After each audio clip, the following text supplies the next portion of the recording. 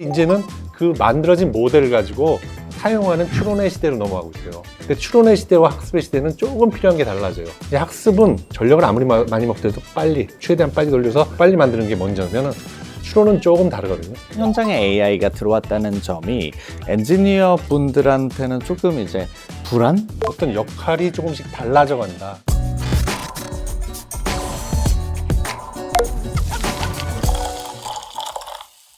이전 시대랑 확실히 달라진 거는 AI 시대에 필요한 기능들에 의거해서 확실한 어떤 정교한 설계가 필요하다는 거는 저희가 이해를 할 수 있을 것 같습니다. 그러면 AI와 반도체 얘기하면 또 빼놓을 수 없는 게 엔비디아. 과거에는 그러니까 설계를 하던 회사가 당연히 만들었어요. 이것이 당연한 거였어요. 이게 IDM이라고 Integrated Device Manufacturer라고 해서 종합 반도체 회사라고 하죠. 이게 당연한 거였는데 어떤 작은 제품을 만들기 위해서 이 만드는 공장이라는 게 워낙 돈이 많이 들거든요. 만들기 위해서는. 그러니까 나는 파는 물건이 되게 싼 물건을 만들어 팔 거야. 근데 이렇게 비싼 공장에 내가 필요해? 라는 제품들이 점점 늘어나기 시작했죠. 그러다 보니까 이건 나는 만드는 건 부담이 너무 많이 되는데 그래서 그랬을 때 내가 다 만들어 줄게 하는 회사가 나왔어요. 나는 만들어만 줄게 하는 회사를 파운드리라고 불러요. 그래서 그 파운드리라는 회사가 나오면서 그럼 잘 됐네. 나는 내가 직접 만들지 않아도 되네. 그래서 생산들을 갖다가 다 그 회사에 위탁을 하고 나는 설계만 할게 하는, 그러니까 로직 쪽에서는 그런 회사들이 나왔죠. 그런 회사들을 갖다가 팹리스, 팹이 없다고 해서 팹리스라고 부르게 되는 거죠.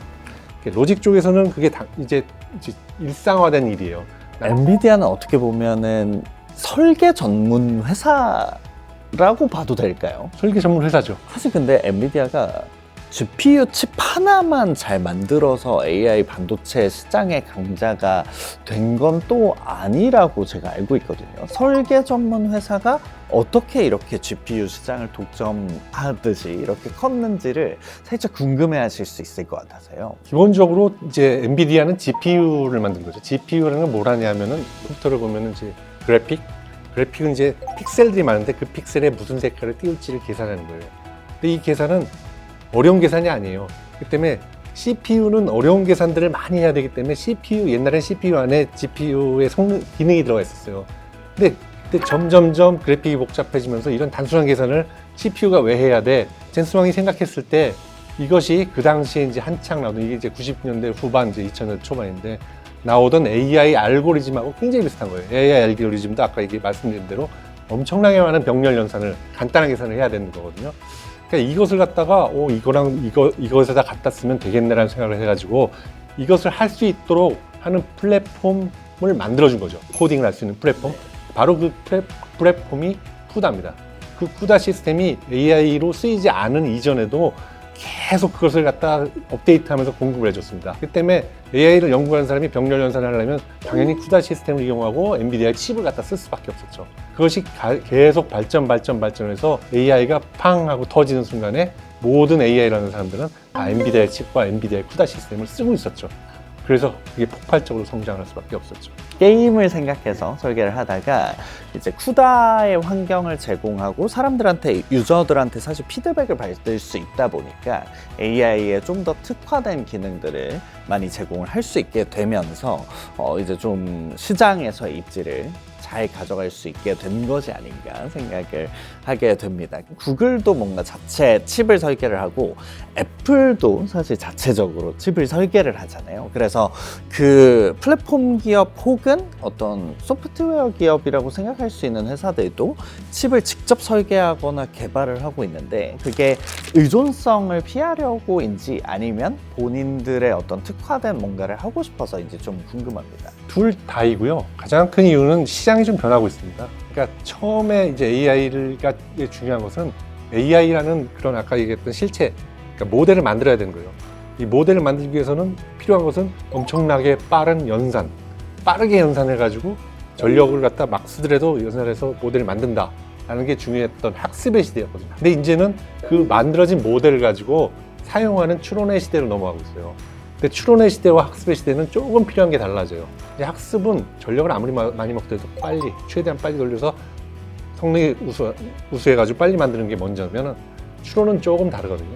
추론이 될 때마다 메모리들도 쓰는 것도 엄청나게 들어가고 물어볼 때마다 사람이 물어볼 때마다 그걸 대답을 해주고 그런 것들이 추론이잖아요. 얼마나 빠르게 대답해 줄 것인가가 더 중요하고 그다음에 그걸 갖다 어떻게 효율적으로 돈이 안 들게 대답해 줄 것인가 더 중요하고 이렇기 때문에 조금 달라졌죠 시장이. 그 때문에 AI를 서비스하는 하이퍼스케일러들이 자기가 이 부분에서는 조금 더 나은 칩을 만들 수 있을 것 같다라는 생각을 하게 되고 거기에 맞게 이제 구글은 TPU라는 것을 만들고 뭐 NPU라는 걸 만들고 뭐 이렇게 시장이 좀 바뀌어가고 있는 거죠. 네이버 같은 국내 기업도 이제 엔비디아와 협력을 한다던가 AI 인프라를 좀 강화하려고 하는 게 보이거든요.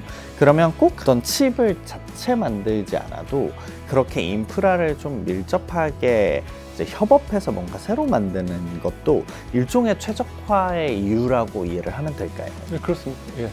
우선 엔비디아의 칩은 그냥 범용적인 칩이라고 생각하면 돼요. AI를 학습하는 데도 충분히 사용할 수 있고 추론하는 데도 충분히 사용할 수 있는데 얘는 우선 많이 비쌉니다. 그리고 전력도 많이 먹고 그러니까 이것들을 갖다가 조금 더 싸게 그리고 좀 더 추론에 적합하게 만들기 위한 노력들을 다 하고 있는 거죠. 결국 AI 시대에는 반도체 기업도 소프트웨어뿐만이 아니라 이제 칩을 어떻게 쓰는지를 이제 알아야 하고 소프트웨어 기업도 반도체 구조를 이해해야 하는 좀 그런 시대가 된 것 같습니다.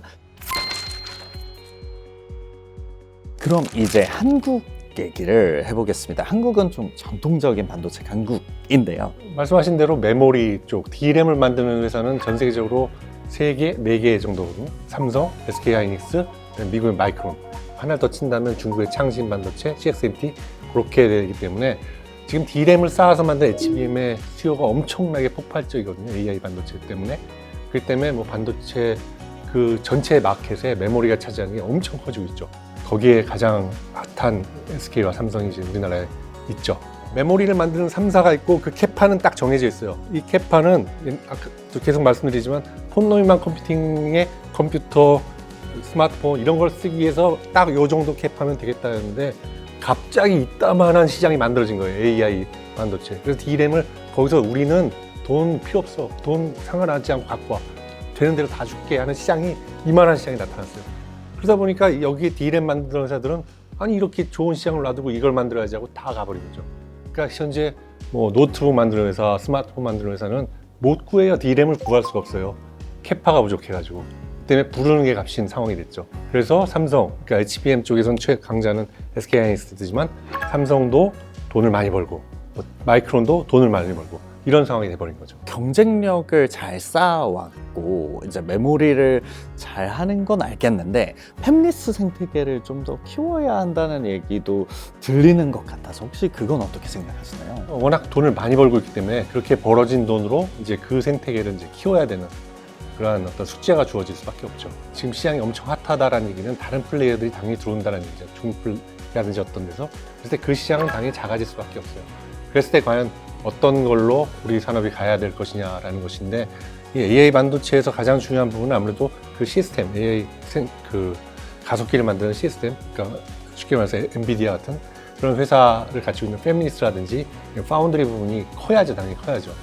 삼성 파운드리가 이제 명목상으로 지금 2등, 3등 하고 있거든요. TSMC가 1위고, 근데 그 격차가 워낙 큽니다. 그것을 줄이는 것이 우선 첫 번째이고, 그 파운드리를 가지고 이제 우리나라도 이제 팹리스들이 엔비디아, AMD, 뭐 이러한 퀄컴 이러한 같은 또 설계를 할 수 있는 팹리스가 커야 되는 것들이 굉장히 중요한 부분이죠. AI 시대에 반도체가 좀 왜 중요했는지 그리고 그 설계가 얼마나 또 복잡해지고 있는지를 오늘 교수님이랑 대화를 나누면서 좀 이해할 수 있었는데요. 결국 기술을 만드는 건 사람이니까 이제 사람 얘기를 좀 해보려고 합니다. 제가 재밌는 얘기를 하나 들었는데 AI를 돌리기 위해서는 뭔가 반도체가 꼭 필요하다는 거는 저희가 대화를 하면서 알았잖아요.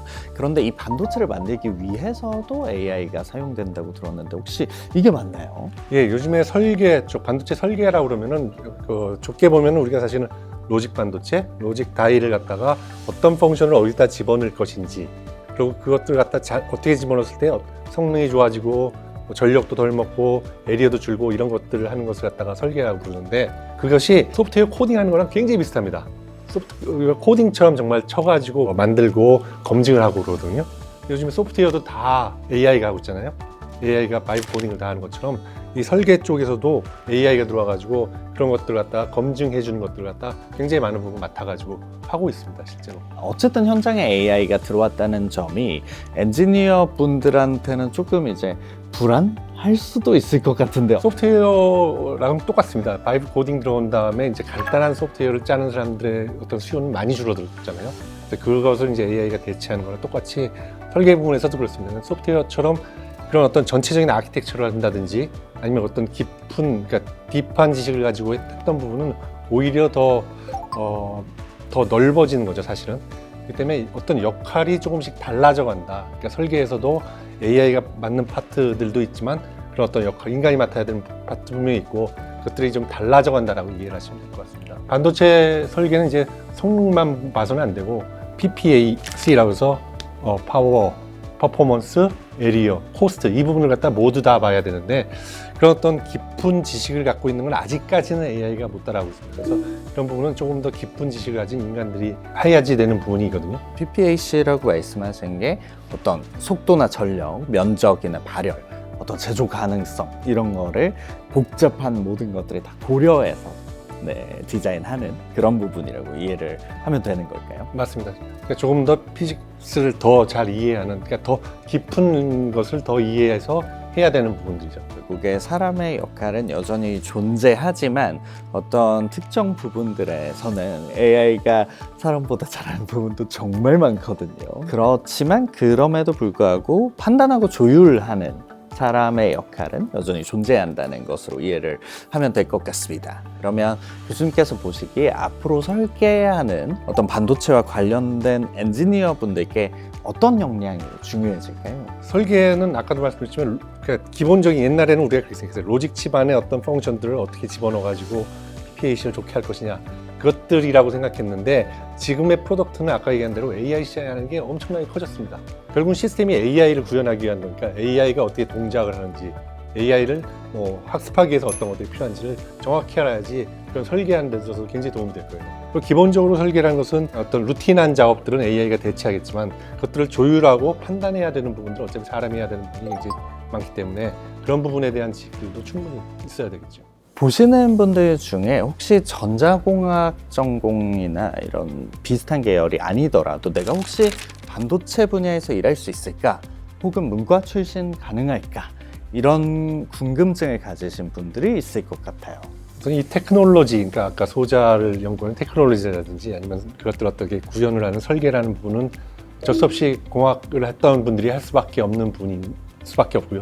근데 반도체 직군들 중에서는 그것들 어떤 글로벌 공급망이라든지 영업이라든지 이런 부분들은 문과 하시는 분들이 충분히 해야 될, 그리고 그분들이 더 잘할 수 있는 부분들이 있으니까 그런 부분에서 충분히 도전해 볼 만한 거라고 생각합니다. 산업 이런 어떤 지식들이 굉장히 포괄적이고 넓어지고 있는 건 확실합니다. AI 시대가 되면서.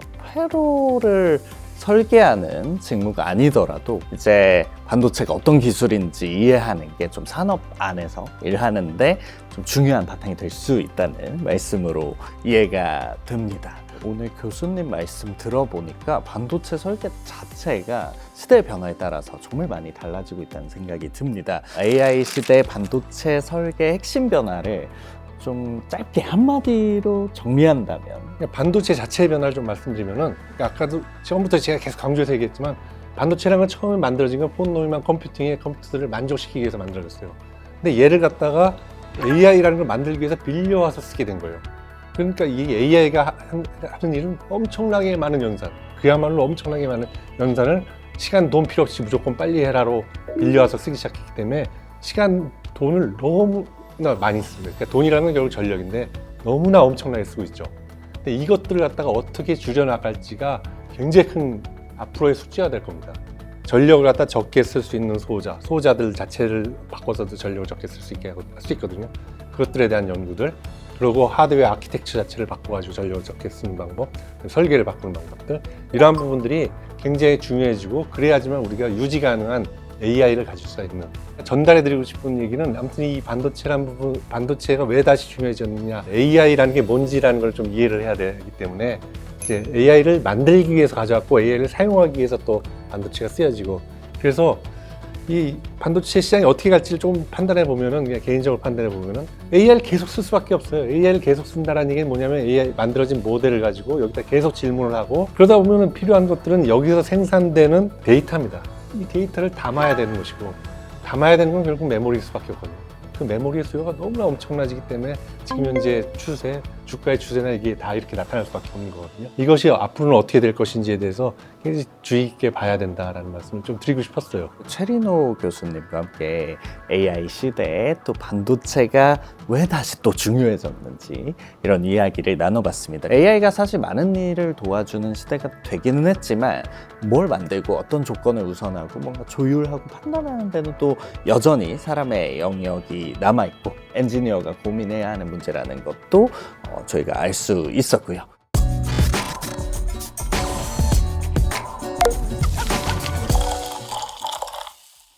오늘 시간이 저를 포함해서 반도체를 어렵게만 느꼈던 분들에게는 좀 더 가까운 기술로, 그리고 반도체 분야를 준비하시는 분들에게는 새로운 가능성으로 좀 다가갔으면 좋겠다는 생각을 하게 됩니다. 우리 일상을 바꾸는 기술의 흐름, 다음 시간에도 더 쉽게 한번 풀어보겠습니다. 지금까지 테크사이다의 김태훈이었습니다. 감사합니다.